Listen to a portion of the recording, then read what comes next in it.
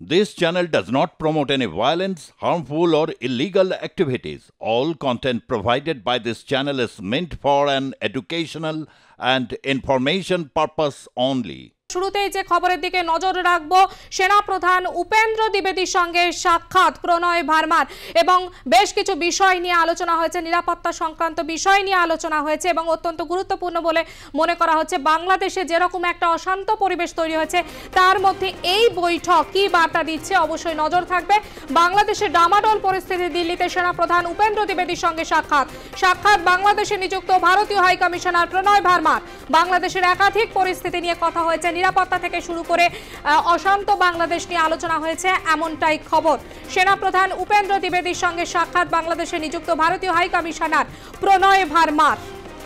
বর্তমানে ডামাডোল পরিস্থিতি, বাংলাদেশে অন্তর্বর্তী সরকারের প্রধান উপদেষ্টা মোহাম্মদ ইউনূসও সেখানে নেই, তিনি গিয়েছেন চীনে। আর সেই সময় বাংলাদেশ নিয়ে বৈঠক হয়ে গেল নয়াদিল্লিতে। ভারতীয় সেনাপ্রধান উপেন্দ্র দ্বিবেদীর সঙ্গে সাক্ষাৎ করেন বাংলাদেশ সে নিযুক্ত ভারতীয় হাই কমিশনার প্রণয় ভার্মা। অশান্ত বাংলাদেশ নিয়ে দুজনের মধ্যে আলোচনা হয়েছে এমনটাই খবর।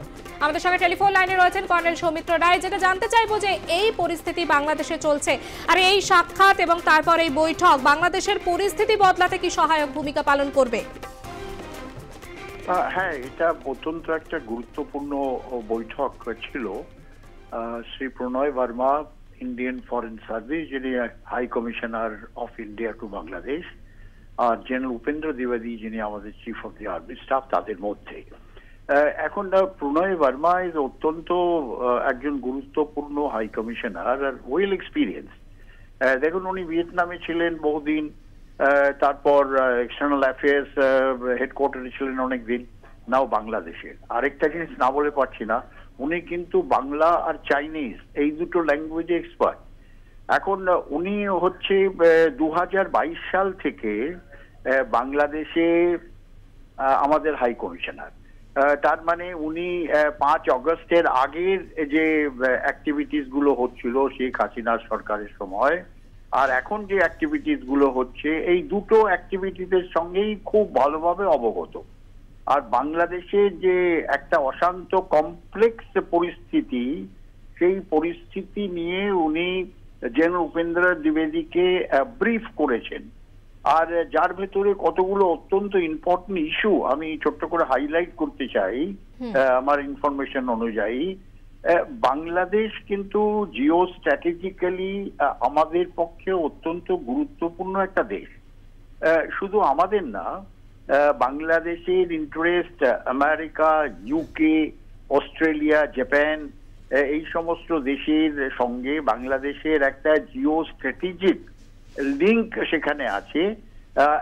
শুধু স্থলপথে না, সেটা জলপথেও। এবারে আমি ছোট্ট করে এই বাংলাদেশের জিও স্ট্র্যাটেজিক ইস্যুটা এক্সপ্লেন করতে চাই, যেটা অনেকেই বুঝতে পারে না সাধারণ দর্শকের জন্য।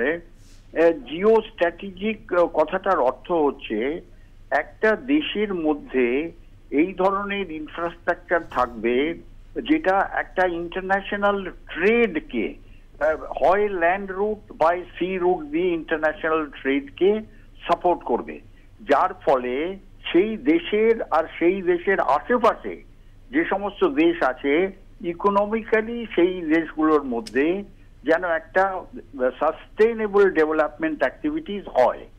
আর সঙ্গে সঙ্গে জলপথেও যে আজকাল বেশিরভাগ ট্রেড জলপথে হয়, সেই জলপথেও ওই দেশের সঙ্গে বাকি যে সমস্ত দেশের একটা ট্রেড বা অন্য ধরনের অ্যাক্টিভিটিস করা যায় তার একটা লিঙ্ক থাকা উচিত।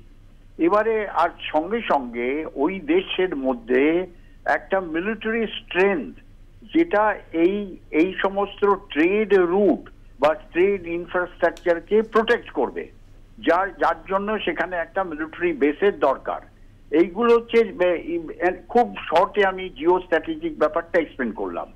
এবারে বাংলাদেশের কিন্তু ল্যান্ড এবং সি এই দুটো দিকতেই কিন্তু একটা জিও স্ট্র্যাটেজিক ইম্পর্টেন্স আমরা দেখতে পাচ্ছি। কারণ ল্যান্ড রুট যদি আমরা নিই তাহলে বাংলাদেশ একটা ব্রিজ ল্যান্ড রুটে সাউথ এশিয়ার সঙ্গে সাউথ ইস্ট এশিয়ান যে কান্ট্রিগুলো আছে সেই কান্ট্রিগুলোর মধ্যে একটা ল্যান্ড ব্রিজ মানে বাংলাদেশের মধ্যে দিয়ে আমরা ভারতবর্ষ থেকে মায়ানমার হয়ে কমপ্লিট সাউথ ইস্টার্ন এশিয়ান কান্ট্রিগুলো যেমন ভিয়েতনাম, মালয়েশিয়া, থাইল্যান্ড, এই সমস্ত কান্ট্রিগুলোতে আমরা যেতে পারি। আর শুধু তাই না, আমরা মায়ানমারের মধ্যে দিয়ে চীনের মধ্যেও যেতে পারি। আর চাইনাকে যদি আমরা অ্যালাউ করি, তাহলে ওই যে চিকেন নেক বলা হচ্ছে, সেখান থেকেও আমরা একটা ল্যান্ড রুট বার করতে পারি for China, through Nepal, China, and then to Bangladesh, and then to Bay of Bengal. এটা একটা অত্যন্ত স্ট্র্যাটেজিক্যালি, জিও স্ট্র্যাটেজিক্যালি বাংলাদেশ গুরুত্বপূর্ণ। কেন আমি বলছি, ভারতের পক্ষেও কিন্তু এটা অত্যন্ত একটা গুরুত্বপূর্ণ দেশ। এবারে সি রুট আমি নিই, সি রুটটা যদি দেখি, বাংলাদেশ থেকে কমপ্লিট বে অফ বেঙ্গল শুধু না, ইন্ডিয়ান ওশেনকেও আমরা সেখান থেকে ডমিনেট করতে পারি। সেখানে একটা সি করিডর, যেটা ট্রেড করিডর বলা হয়, সেই সমুদ্রের মধ্যে দিয়ে সেই ট্রেড করিডর আমরা নিয়ে এই সমস্ত সাউথ ইস্টার্ন এশিয়ান কান্ট্রির সঙ্গে লিঙ্ক করতে পারি, যেটা ultimately Australia, UK, Japan, USA ইত্যাদির সঙ্গেও লিঙ্ক করা যায়। তার মানে এই যে একটা স্ট্র্যাটেজিক, জিও স্ট্র্যাটেজিক ব্যাপার, এটা নিয়ে কিন্তু জেনারেল উপেন্দ্র দ্বিবেদীর সঙ্গে প্রণয় ভার্মার ডিসকাশন হয়েছে। শুধু তাই না, যে বাইল্যাটারাল একটা ডিফেন্স কোঅপারেশন বাংলাদেশ আর ভারত, আমরা কিন্তু বাংলাদেশ যতই এখন যে সিস্টেমটা ভারত বিদ্বেষী কাজ করছে, কিন্তু আমরা কথা বলছিলাম প্রাক্তন সেনাকর্তা কর্নেল সৌমিত্র রায়ের সঙ্গে, এবং বাংলাদেশ নিয়ে আমরা কথা বলছিলাম। বৈঠক হয়েছে সেনাপ্রধান উপেন্দ্র দ্বিবেদী এবং তার সঙ্গে বাংলাদেশে নিযুক্ত হাই কমিশনার প্রণয় ভার্মার।